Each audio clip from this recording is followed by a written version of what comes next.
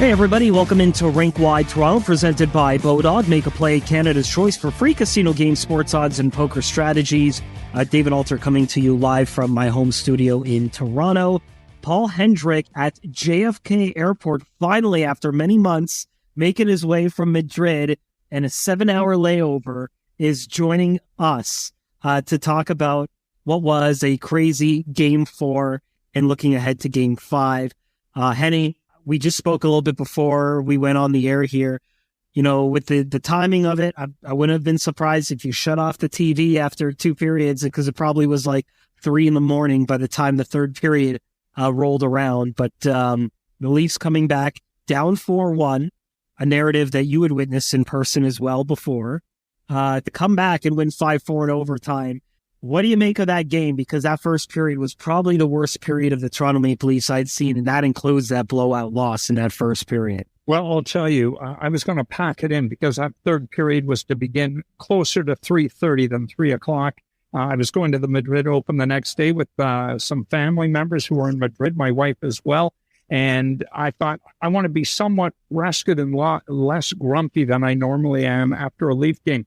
And the ice was so tilted, Dave. But you know what? It's that maybe they did it before, just maybe. And I'm glad I stuck in and watched the rest of it. And when Austin scored that, so you're saying there's a chance? Well, there was a chance.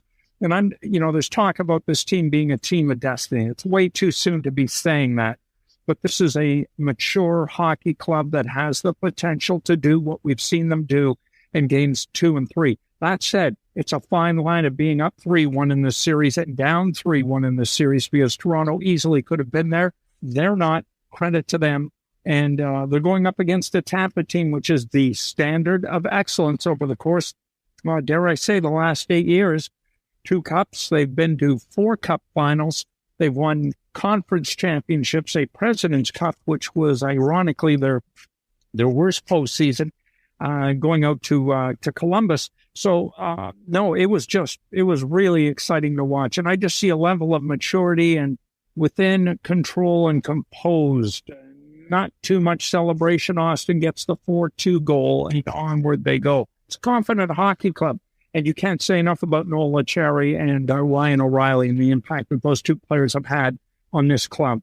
8 different players on this roster right now, Dave, compared to the team that took on Tampa last year. That's a third of the entire roster. So it's a different Leaf hockey club, and it's a key ingredients in that new 8. Yeah, well, look, you mentioned it. I mean, that games 3 and the game 4, it was really strange. Like, it could have really been 3-1. They hadn't played great. But maybe there are things kind of going in their direction that makes them feel a bit better. They slayed a 4-1 demon. That happened, of course, a little less than 10 years ago in Game 7 against the Boston Bruins. They get some unsung heroes. They get Matthew Nye saving a goal on the goal line, which could have put the game out earlier as well. Game 3, there's a disallowed goal in their favor that would have made it 4-2. And then maybe that would have been too much of a hill to climb back from in that third period there before Ryan O'Reilly did force things. And so the other thing that stood out to me is you're having 3 players who had down years really become the hero for the Maple Leafs in these playoffs. And I'm talking about Austin Matthews, of course, who, by points wise and the standard that he set, had not really been much of a factor until he gets those 2 goals to kind of come back in. Morgan Rielly has just been an offensive dynamo and totally unlike anything he was in the regular season. And Alex Kerfoot, who everyone points to as someone that should kind of come out or whatever, gets the hero, gets the biggest goal for the Maple Leafs thus far in that overtime in game number 4. That you really are kind of seeing the difference of what the regular season means and what the playoffs means to this core group of players. Yeah, and you think of Alex Kerfoot, rumored heavily to have been traded. His name was always one of the guys that, he's a UFA, move him on. Over Sheldon Keefe's dead body, he was going to get traded. Not only does Sheldon love him, the entire team loves him. There's no way that Kerfoot was going. Austin, down here by his standards, but, I look at his defensive play as having vastly improved. He's a much more physical guy. And you're right, Morgan Riley. You know what? Listen, all we can say, the playoffs may be a bit of a sprint, but if you go the distance, they're a marathon. But the regular season is a freaking marathon. And you, as a journalist who covers this club and has to travel, not with the team on the charter and the luxuries that go with it, it's a bloody grind. It's a great job, but it's a bloody grind. And to get to where you are now, and all of a sudden you sort of look from the cliff top and then behind you and say, oh my God, California, British Columbia, up to Seattle, all over Hell's Half Acre, and doing it half the time when you're not feeling all that great. That's what I recall about, when I was on the broadcast end of it. I thought maybe I felt good 50% of the time, but there were always flu bugs, there were colds, there were things that go with us. So if that's the way it is with us, you look at it with the players, it's a damn tough league. But I think when you get 111 points following, a season where you had 115, you're doing it right most of the time. So as tough as yours is, three players that you've said, I'm not surprised they're contributing. And again, Keith was not going to warrant any trading of Alex Kerfoot. He's just too bloody smart. And he's a Swiss Army knife player where he could play anywhere from 1 to line 4. And as we've seen today at practice, looks like he's going to be down in line 4, the overtime hero from game 4. You mentioned it as a bit of a grind. There was some news today. The NHL announced that the Maple Leafs are going to Sweden for a couple of regular season games next year, along with 3 other clubs as part of the global circuit.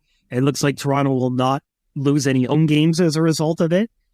So that will be 2 road games going over there, although we will lose one of the road games in Detroit because it will be Toronto at Detroit.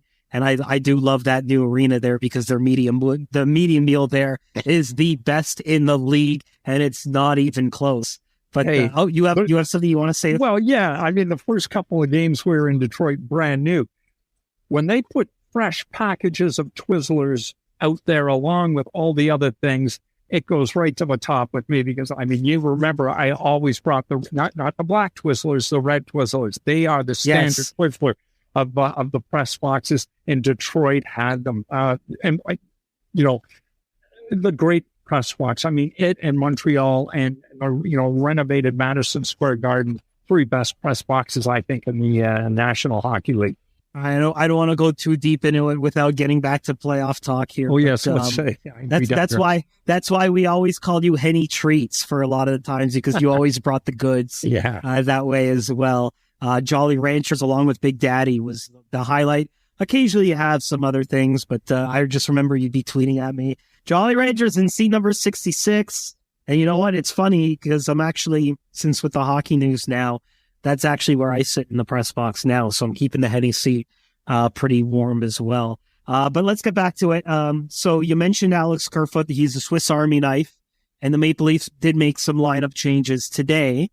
Of course, the big one is the fact that Michael Bunting is eligible to play for Game 5 after serving a 3-game suspension for his illegal check to the head of Tampa Bay Lightning defenseman Eric Chernak. We did learn today that Eric Chernak will not be in the lineup again for Game 5. By all accounts, it sounds pretty bad if he's not able to skate, let alone play. So make of that what you will. Of course, that's a huge loss for Tampa, just given the defensive responsibilities that Chernak plays. But the big story coming out of this is that Michael Bunting will not be in the lineup for Game 4. They did make some lineup changes. We do see now Calle Jarnkrok and Austin Matthews playing alongside William Nylander, a change you saw late in the 3rd period. You see Matthew Nyes moved up to the top 6 to play with Tavares and Marner. Alex Kerfoot moves down into that 3rd line role with O'Reilly and Achari, and then the 4th line stays the same with Aston Reese, Camp Lafferty. The defense is the same, although I will shout out Victor Mete, who actually joined the main group for the very first time since suffering a lower body injury. The Leafs had 5 defense pairs. They were as a result, Connor Timmins didn't have to practice as a forward anymore for practice. But Henny, Michael Bunting not getting into this one. He said all the right things. He clearly doesn't seem happy with the move. The message from Sheldon Keefe was, that he will get back in, just not for Game 5. What do you make of this? Is this just as simple that Matthew Nyes and some of the other changes, they're just rolling right now, that even though they may have not played their best hockey, they are still winning, and you don't want to mess with a winning lineup? Plus, if you're wrong, you'll have Game 6 and 7 to go with it. Is that all this is? I think so. There's no way you're messing with that fourth line. And I think if Bunting were to come into the lineup, you're sure as hell not taking Matthew Nyes out. The size and what he brings to the lineup and how good he has been. So it's either going to be Lafferty on the right wing or ZAR on the other, Aston Reese. And why would you break that up? You just don't do it. So, and they've won 3 straight games. So you're going to stick with the lineup that you've had success with. Things change and can change very quickly depending on what could happen in a game. And he could be back in with the series shifting back down to Tampa. Wouldn't that be interesting? And the love they'll have for him down there if he gets back into the lineup. But no, I'm not surprised. And you don't want to mess with a good thing. And maybe a little more time to reflect on what he did, et cetera, but I don't think it's that. It's just the team has won 3 straight games. You're not going to mess with the lineup. Nyes is not coming out, and I don't think Lafferty, with his speed and toughness, nor Zach Aston Reese on the other side should come out as well. I don't know who else would go out of the lineup if Bunting goes in, and where do you stick him? Top 6? Fourth line? I have no idea. But no, I'm very good with the status quo. What do you think? Yeah, well, so this is a tough one because, I kind of question Michael Bunting's spot in the first line to begin the playoffs, because Calle Jarnkrok had been playing better in that role down the stretch. And Calle Jarnkrok, based on everything I've seen, just did not cut it on the third line. They tried so many different things with Calle Jarnkrok that the moment they put him into that top 6, he was a totally different player. I also feel that the Leafs trust him more defensively in that role. So it's difficult because the simple solution would have been to put him on the third line if you don't want to mess with the fourth line. But that line's going to have a lot of defensive responsibilities as well. So you could stick him on the fourth line and then make adjustments there, and that could happen if they lose, depending on whatever fashion that they lose or injuries or whatever. But you also have to look at who they've got committed to. Matthew Nyes has just been playing like gangbusters in that second line, even on that third line. I cannot believe how wrong I was about Matthew Nyes through his 6 playoff games, or 6 total games, 3 regular season, 3 playoffs. I thought, there would be serious rookie moments, and there have been little ones. Like, he hasn't been perfect, but his poise with the puck and his ability to win battles and hold the puck for a long time along the wall in the playoffs has just really stunned me. Like, yeah, that's a feather in the cap for the organization. Oh, yeah, like I think it's about that. Yeah. I'm just purely stunned. So he's created quite the problem in a good way for the Maple Leafs in that regard, because that was such an obvious move for Game 1. Rookie, let him get a feel for it. Maybe injuries or something creates the opportunity. And it happened a lot earlier with the suspension to Bunting. That, I don't know, if they have a game where they dominate, not like 3 or 4, but if they dominate and they just lose, I don't know if you can justify putting Bunting back in for Game 6. Someone really has to be the GOAT in a bad way for that kind of change to be made. Or you go 13-5, but you would never do that. No. So yeah, I don't know. I don't know what you do here. Hey, the other thing for Bunting, and I can understand, listen, there's pride. He's been a solid contributor to this club for 2 years. Played all 82 games. That as well. He's a UFA. And obviously, the longer he goes, the more successful he is in the postseason, the better a contract he's going to get, whether it be in Toronto or whether it be somewhere else. And then, that comes up for discussion. Do they bring him back at, not Zach Hyman money, but certainly at a sizable raise? Or do they just sort of say, no, we're going to bring Matthew Nyes in here at his nice little tidy rookie deal, albeit for 2 more years after this, because the entry-level contract burned up with his participation already. there's much angst for Michael Bunting. But again, if this Leaf team is able to extend this postseason as long as they would like to, there's going to be plenty of opportunity for him to get in, as well as that very in-depth blue line. So a final note on this, I think even if he gets back in or not, I just don't see a future with Michael Bunting in the Toronto Maple Leafs, because I do think that he's earned a higher cap hit. I do think Matthew Knies definitely plugs that hole in terms of role and cap hit for 2 years. And if you've taken a look at the USA pool for 2023, it's so thin that Bunting is expected to get overpaid by someone. And he took, both the team and the player admitted he took a massive hometown discount when he signed the 2-year, $1.9 million deal in the summer of 2021. So I don't see a path. Like, I don't see it for that reason. It would be great, but they have so many UFAs and not a lot of money. He might be a Leaf again in the future. I don't know, but that's going to be a tough one. All right, so we'll take a quick break, and when we come back, we'll talk about Ilya Samsonov. We'll talk about some of the drama that's unfolding when it comes to goalies speaking. Henny, as someone who's been in the trenches along with me, can kind of speak to that. And we'll also talk about more Matthew Knies, because we only scratched the surface of him. You're listening to Rink Wide Toronto, presented by Bodog, poker tips, sports odds, and free casino games. It is time to play Rink Wide Toronto, pregame, postgame, every game.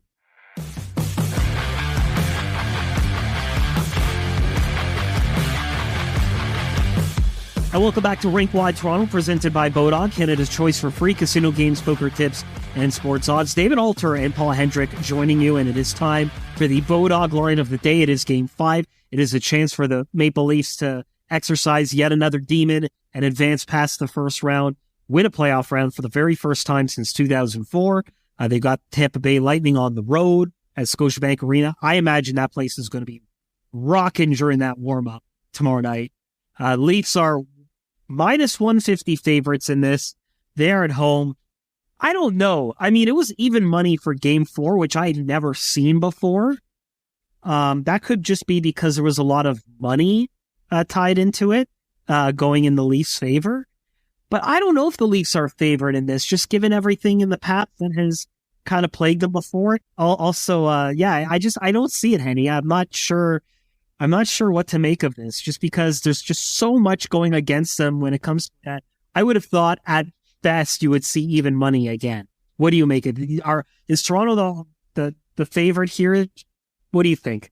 Well, I think they are. And emotionally coming back home and into a building, as you said, it's going to be as raucous as I think the Leafs and Islanders were back for Game 7 in 2002. That, to me, was the loudest the building has ever been. Listen, they could easily be down 3-1 here, but the optics are totally different. So the narrative is going to be, yes, the Leafs are favored. What I think is going to help Toronto out, Dave, is that they've had an opportunity to close out against Boston, 4 years ago? Montreal, 3 years ago. They had a chance to close out in overtime against Tampa, albeit on the road. They've got experience elimination games where they have failed to seal the deal. And I think the maturation from those terrible, humiliating experiences are going to help this team. I thought prior to the series you asked, I said, I think the Leafs are going to win this series in 6. It could very well be that. But I really think that they're going to shut things down effectively tomorrow night with an opportunity not to go back to Tampa, knowing how damn hard it is to win down there. And if they do have to go back down there, there's a good chance Nick Paul and the gang are coming back up to Toronto for Game 7 and maybe replicate what they did last year. I don't think it's going to get to that. I think they're going to win tomorrow night. So I'm very much on board with this Maple Leaf team being favored by Bodog with the numbers you quoted. We should mention the Leafs core. So that's Austin Matthews, Mitch Marner, William Nylander, John Tavares, and we could throw Morgan Riley into that as well. 0 for 9 in games where they have a chance to move on. Whether that was qualification round in 2020, everything else. So they carry a lot of the past failures, a lot with them going into this. They'll have at least 3 chances. So That's the positive. But yeah, certainly the angst will be ratcheted up if they don't get the job done against Game 5. I will selfishly be unhappy because I really don't want to go back to Tampa again. And I would rather just have a few days before having to travel to Boston, which is where it looks like it will go. Florida might be able to do it still. I mean, stranger things have happened, but it's not looking likely, even though I predicted them to advance. We'll forget about that. But we'll see what happens there. All right, let's talk about Ilya Samsonov here. So Ilya Samsonov was on the ice for practice before it got to the real stressful parts of practice, or the formal parts, I should actually say. He left the ice. They actually said that he was home, that he actually wasn't. By the time media avail opened, he had already left the complex. So there is that. You'll recall in the media availability, the Leafs cited Andrei Vasilevsky not speaking as the reason why their goalie is not speaking after games anymore, or has not spoken since that time. Well, Andrei Vasilevsky did speak today. And so one of the best quotes is, there's a big controversy going on right now. And I'm surprised, and I want to get your take on this before we even get to the goalies. Is Derek Lalonde doing analysis work during the Hockey Night in Canada broadcast? Because, he stirred up the pot a little bit when he mentioned on the broadcast that in some of their scouting, they changed their whole defensive structure in front of Vasilevsky because they realized that, statistically, he was one of the goaltenders who had a challenge seeing the puck through traffic from a distance. And so, it's kind of bizarre. Like, I get when former coaches go on and do these things, but it's the head coach of an existing team, which kind of makes it a bit too fresh. So I'm a little surprised by that. Although at the same time, if he was on a non-playoff team and he'd come from Tampa and he was doing this, I guess it'd be fair game. But Andrei Vasilevsky used an expletive in describing how he could do a better job in that. And he said, maybe get some X-ray glasses, like just pretty much kind of dismissing that. But he did speak. That's the big takeaway there. And Ilya has not spoken, although it sounds like he will be made available win or lose after tomorrow's game. What do you make of this? Because it's one thing if a policy where a goalie doesn't speak or whatever. It's another thing when you cite another team as an example when the market is so little compared to Toronto. I mean, I do agree that there should be some uniformity, but I don't think Tampa's should be the example of uniformity. I just wonder, is this much ado about nothing, or are the Leafs making more problems than are necessary? You know what? I've kind of enjoyed watching Derek Lalonde. I'll be honest, Dave, I haven't watched a lot of intermissions in the last bunch of years. But he's coming on, and they're paying him to be maybe somewhat controversial and informational, and that was. And if you look at the last two overtime games, although I'm not going to fault him on the Kerfoot goal, but you could definitely fault him on the Morgan Riley goal. I don't know.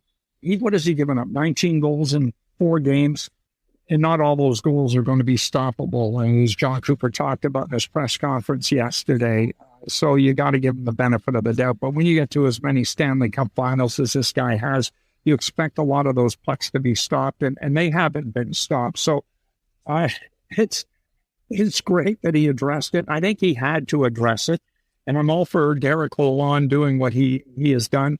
And I think where there's smoke, there's fire, and I think there's some truth to what he has said, although it's hard to be a goaltender who eventually is going to end up in the Hall of Fame, as Vasilevsky will, that there would be any faults to his game. But when you're in a playoff series and it's against a team like Toronto in the market that is Leafs Nation, everything's going to be under the magnifying glass. And while it's Tampa's goaltender, who's got 2 Stanley Cup rings, who's going to be a future Hall of Famer, is now in the hot seat. So it is what it is in that regard. Yeah, I'm just surprised it was allowed to happen for a lot of reasons.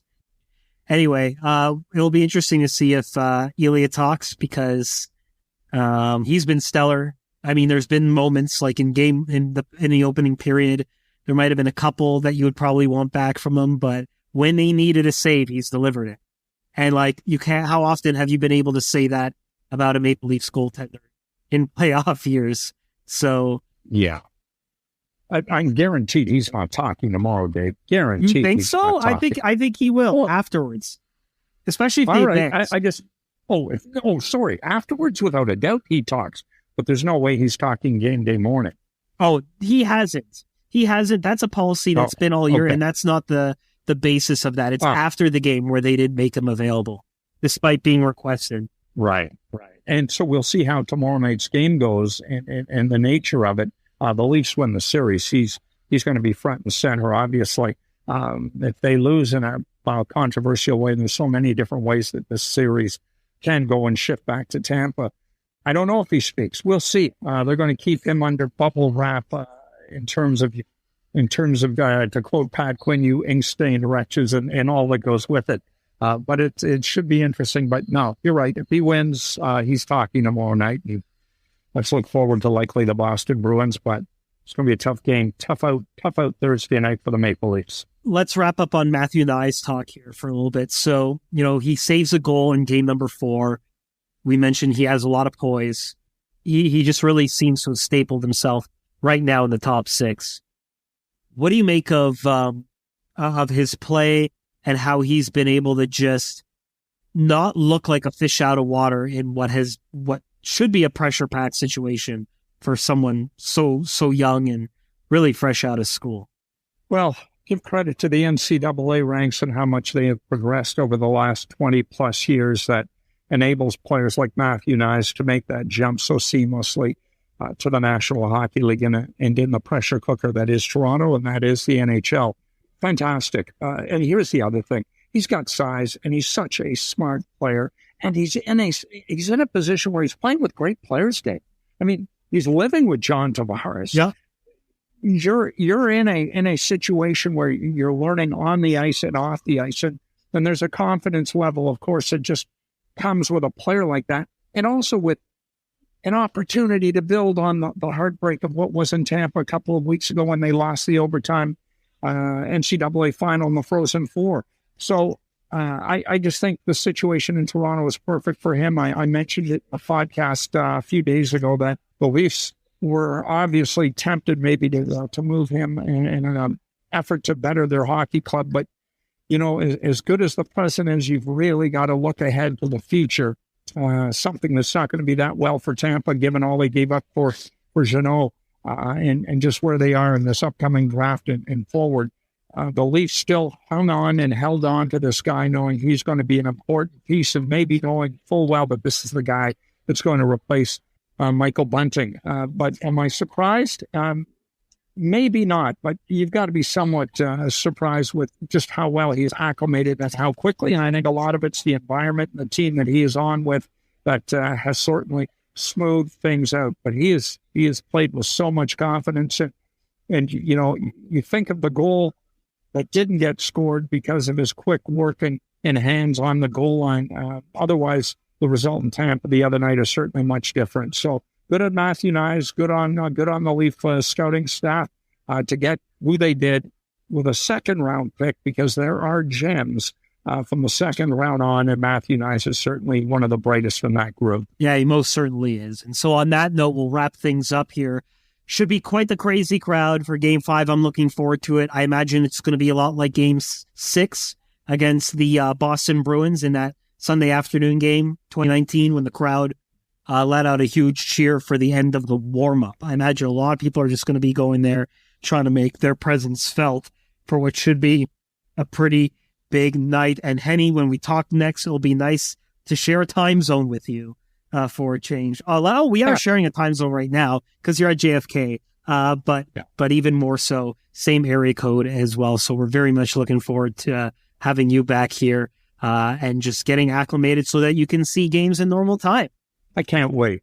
The 1:30 in the morning games are just, it's brutal. I would have been at home watching Blue Jays baseball today. It would have been a 7:37 start in Madrid.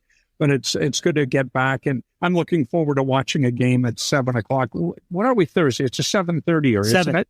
Wow, wonderful, even better. No, it will be. And you know what? I did a couple of Worlds in Europe during the playoffs in 2015 and 2016, and I was trying to keep an eye on the playoffs when I was done work. And I remember one time I fell asleep watching a game, and when I woke up, it was like in the third overtime. I actually, it was like the game was still going on. That was a Blackhawks game where, if you remember, there was a goal that was called back because of a headbutt. I don't remember which game it was. And then the joke, distinct thinking motion, was the reason for that.